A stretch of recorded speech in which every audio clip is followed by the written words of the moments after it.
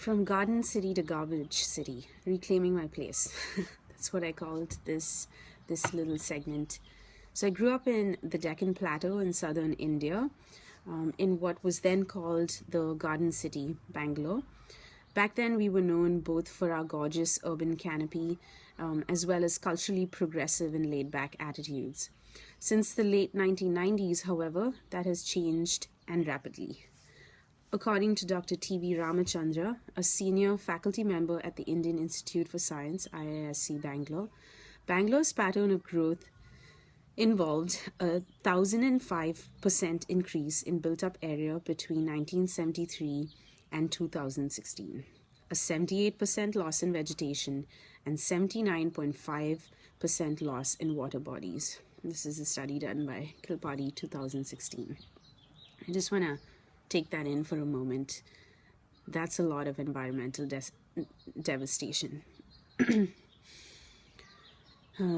Another report said that 78% of the green cover in Bangalore has been lost over the last decade. This is a report by Srinivas, 2016. This rapid urbanization is also thought to be the driving factor in a 2 to 2.5 degrees Celsius rise in temperatures during the last decade.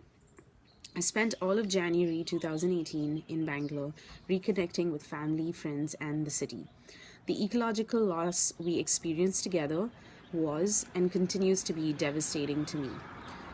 So I think it's no coincidence that many of us have chosen vocations and hobbies connected to environmentalism, and that several others are struggling with substances.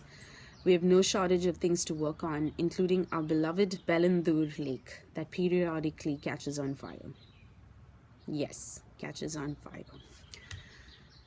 fire. Obviously, the environmental damage has also taken a toll on people's quality of life.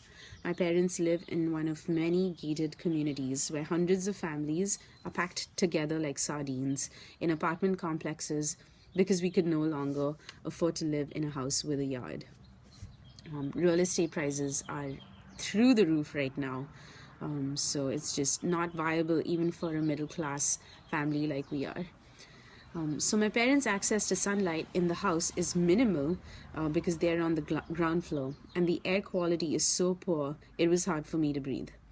There are, however, a number of inspiring locally grown initiatives to respond to this lack of land that people find themselves with in India.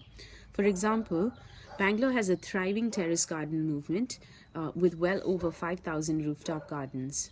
There's an initiative that links migrant farmers to urban gardens through the Urban Mali Network. Mali means gardener in Hindi. There's also an initiative to count and identify street trees by a local organization called Vriksha.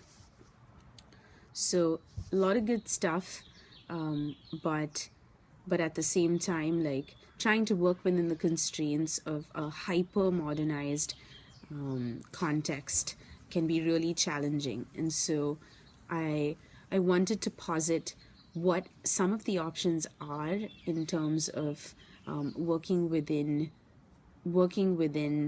a very urban lifestyle, and also to talk a little bit about my personal inspiration for this work as well as experience with the just rampant, unconstrained, Western thought-provoked development that took over Bangalore.